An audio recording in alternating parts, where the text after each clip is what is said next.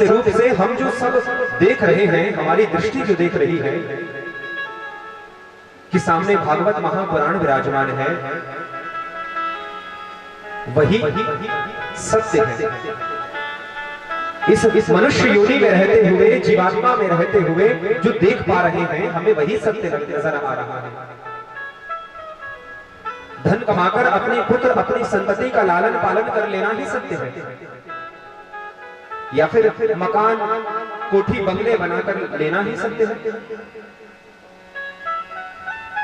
और कहा कि त्वचा जो स्पर्श कर पा रही है, त्वचा जो महसूस कर पा रही है, वायु ठंडी बह रही है कि वायु गर्म बह रही है, वही सत्य है। क्योंकि इस जीवन में मनुष्य कितनी ही कोशिशें क्यों ना कर ले, भगवान के दर्शन करना बहुत दुर्लभ है।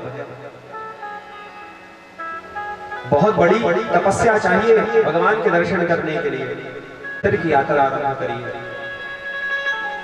क्योंकि बाहर सांसारिकता में आत्मिक शांति नहीं मिलेगी। चाहे 1 करोड़ के आप अधिपति बन जाइए, चाहे 20 करोड़ के बन जाइए, बाहर की संपत्ति, निरंतरता आपको अपनी ओर खींचे चले जाएगी। इसीलिए यात्रा नेत्र बंद करके भीतर की आरंभ करिए। 1 महीना बीत गया, उस कमरे से बाहर ही नहीं निकला करते थे। और जब 1 महीने बाद परिवार वालों को चिंता हुई, तब घर का दरवाजा उन्होंने खोला, जैसे तैसे अंदर देखा कि शरीर से प्राण छूटे हुए तो बहुत समय हो गया था। इस सहस्त्र सार के द्वारा उन्होंने प्राणों का त्याग करा। और आज भी उस कमरे में यदि कोई जाए तो वहां चंदन की खुशबू महसूस होती है। बल्कि जहां इस शरीर को यदि 10 घंटे नहीं जलाया जाए तो ये शरीर फूलने लगता है, अकड़ने लगता है। उस शरीर से रंच मात्र भी बदबू नहीं आई, क्योंकि ये 9 द्वारों का जो शरीर है ना, ये जब तक इससे दुर्गंध आती रहेगी तब तक, कब तक? जब तक भगवान के नाम का सुमिरन नहीं करोगे। और जब भगवान के नाम का सुमिरन जिह्वा करती है ना, तब बहुत सारे लोगों को वो ढोंग लगने लगता है।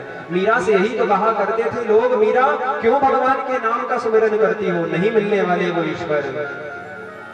लेकिन बंधुओं, किसी ने कहा कि इन बिगड़े दिमागों में भरे अमृत के लच्छे हैं, हमें पागल ही रहने दो, हम पागल ही अच्छे हैं। हमें पागल ही रहने दो। जो ईश्वर की भक्ति करता है ना, किसी ने प्रश्न करा, महाराज वृंदावन में देखो तो सही, संतों को इतने बड़े बड़े तिलक छापे लगा करके घूमते हैं, अपने गले में इतनी बड़ी बड़ी कंठी मालाएं पहनते हैं, लेकिन उस प्रश्न का उत्तर क्या मिला उस भक्त को? कहा कि सुनिए, जिस प्रकार हमारी माताएं होती हैं ना, वो चाहे चूड़ी पहन ले, वो चाहे पायल पहन ले, वो चाहे साड़ी पहन ले, लेकिन जब तक उनकी मांग में सिंदूर नहीं होता तब तक वो सौभाग्यवती नहीं कहलाती। और जब तक उनके गले में मंगलसूत्र नहीं डलता तब तक वो सौभाग्यवती नहीं कहलाती। इसी प्रकार हमारे संतों का चरित्रण है।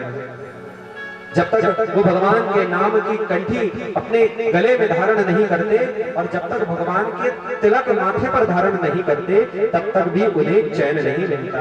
प्रेम से कहिए जय श्री। इसी प्रकार अर्थ है जीवन का, कि जीवन में सत्य का प्रतिपादन कैसे कहा जाए। जन्माद्य से वो ईश्वर कैसा है, ना तो वो जन्म लेता है और ना ही वो कभी मरता है। वो कर्ता बन करके भी अकर्ता है और अकर्ता बन करके भी सब कुछ कर रहा है। जन्माद्यस्य यतोऽन्वयात् तरितो चार्थेष्वभिज्ञ स्वराट्। ये संपूर्ण ब्रह्मांड जो हमें प्रतीत हो रहा है, ये सब असत्य होते हुए भी सत्य प्रतीत होता है।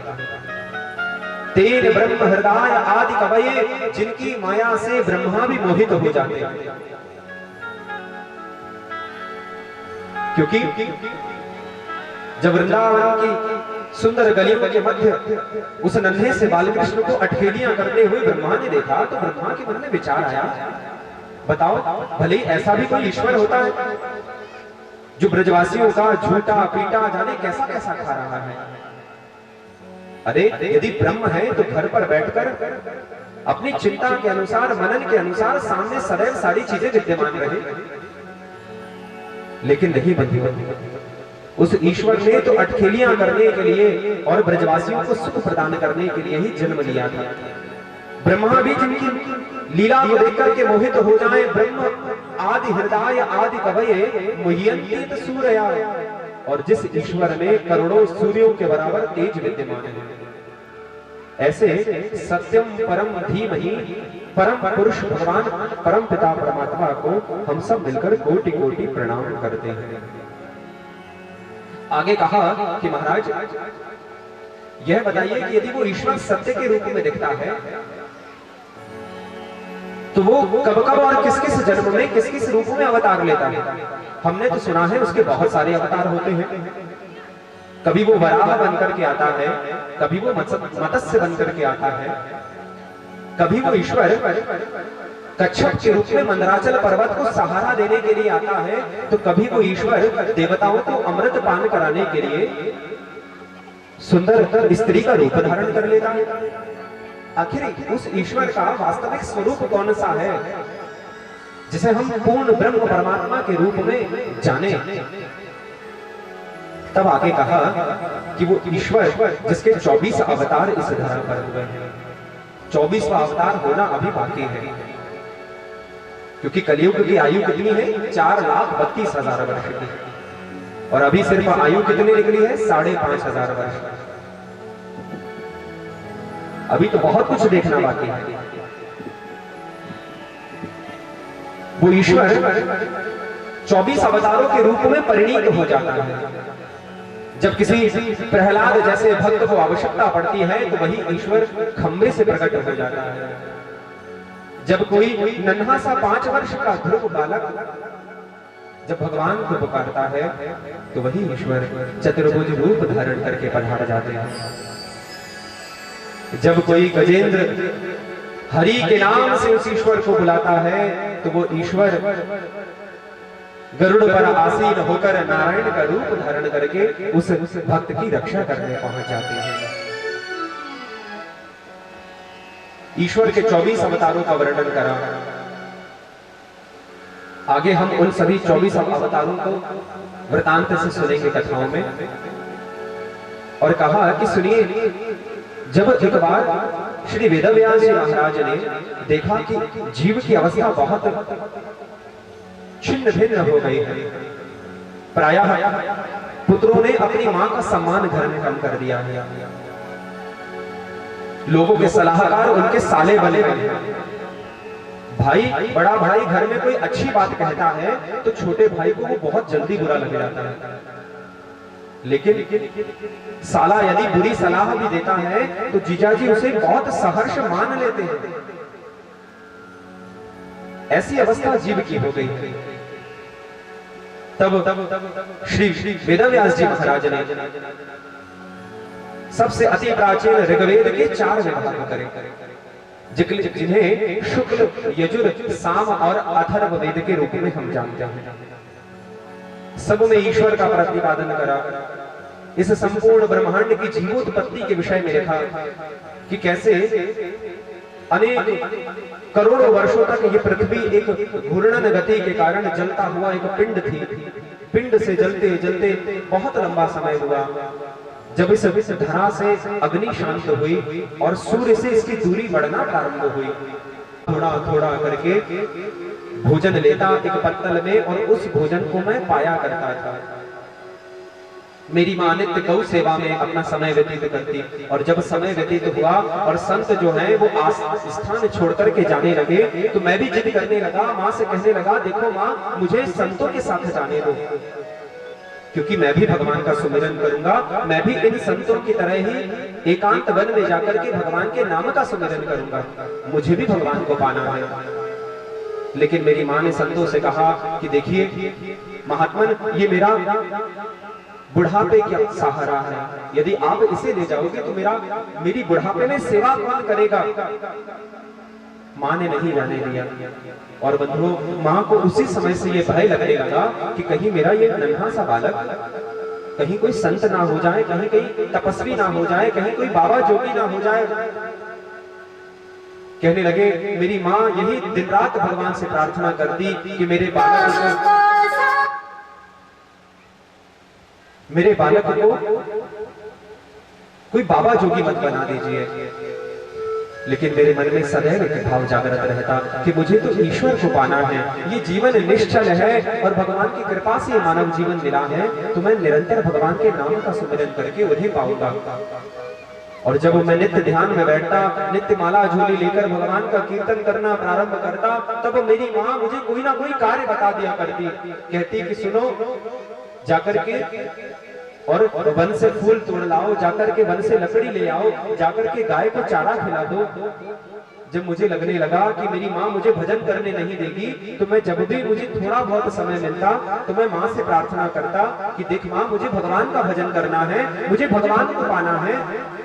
लेकिन माँ मना कर देती कि तुझे जीवन के और भी बहुत सारे सूत्रों को जानना है। जब पता लगा जनरेशन गैप के कारण बहुत दूर होता जा रहा है, जहां पिता इतना संवेदनाओं से भरा हो, संस्कारों से भरा हो, वहां बेटे पिता से कहते हैं, पिताजी आपको कुछ नहीं आता, आप कुछ नहीं जानते, आप चुप रहा करिए। इसीलिए बंधुओं, निवेदन करते हैं आप सभी से कि अपनी संतति को इतना भी लायक मत बनाइए कि वो आपको ही नालायक समझना प्रारंभ कर दे। इतना भी लायक मत बनाइए, क्योंकि जीवन की दशा बहुत बुरी होती है जब पिता अपने पुत्र को व्यसनों में लिप्त देखता है। उससे से ज्यादा कष्ट और कुछ नहीं होता। और इधर जो ही द्रोणाचार्य का पुत्र अश्वत्थामा दुर्योधन के पास पहुंचा, तो दुर्योधन ने मन ही मन विचार करने लगा कि अभी मैं जीवित हूं और जब तक हस्तिनापुर का राजा जीवित है तब तक तुम्हारा राज तिलक किया जा सकता है। दुर्योधन ने अपना रक्त बहता हुआ उठाया और उस अश्वत्थामा का तिलक कर दिया। कहने लगा कि सुनो, आज से तुम ही हस्तिनापुर के राजा हो। अभी भी कुछ नहीं बिगड़ा, यदि चाहो तो मुझे पांडवों का सिर ला करके दे दो, मैं अभी तुम्हें राजा घोषित कर दूंगा। और यही हुआ बंधुओं। अश्वत्थामा तो सत्ता के मद में इतना डूबा हुआ था कि उसे सत्य और असत्य का भान ही नहीं हो पा रहा था। जब उसने देखा कि अब तो मेरा राज तिलक हो चुका है और मैं ही हस्तिनापुर का राजा हूं, तो अश्वत्थामा ने पता है क्या किया? घर गया और जहां पांडवों ने अपना निवास रखा हुआ था, वहां उस स्थान के मध्य गया और आज भगवान ने पांडवों को उस स्थान पर सोने नहीं दिया। भगवान कहने लगे, सुनो पांडवों, आज चलकर के तुम मेरे साथ मेरे शयन कक्ष में शयन करो। लेकिन बंधुओं, भगवान पांडवों को तो ले गए, लेकिन पीछे से द्रौपदी ने आकर के अपने 5 पुत्रों को उनके स्थान पर सुला दिया। और इधर अश्वत्थामा हाथ में तलवार लेकर के चला पांडवों का वध करने के लिए। जो ही पांडवों के कक्ष में गया तो 5 बालकों को सोता हुआ देखा, जो पांडवों की ही तरह प्रतीत होते थे।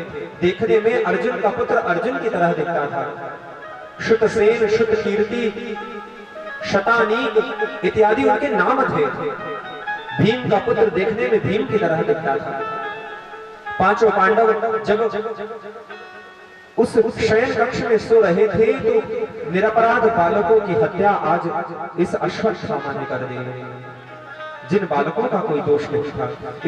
इस अश्वत्थामा ने एक एक करके उन 5 बालकों का सिर धड़ से अलग कर दिया और धड़ से अलग करा और ले जाकर एक थैले में उन 5 पांडवों के बालकों के सिर को भरकर ले आया और कुरुक्षेत्र की भूमि पर पड़े हुए इस दुर्योधन के समीप जाकर के दुर्योधन से कहने लगा, सुनो दुर्योधन, देखो भैया, आज मैं इन 5 पांडवों का वध करके आया हूं।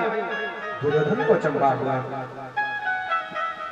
जिस शरीर से प्राण निकलने वाले थे, मानो उस शरीर में पुनः प्राणों का संचार हो गया। दुर्योधन ने जाकर के कहा, सुनो अश्वत्थामा, जिस पांचों पांडवों को मेरी 17 अक्षौहिणी सेना नहीं मान सकी, उसे तुमने एक क्षण में मार दिया। उन्होंने कहा, ला मेरे हाथ में लाकर के भीम का सिर दो।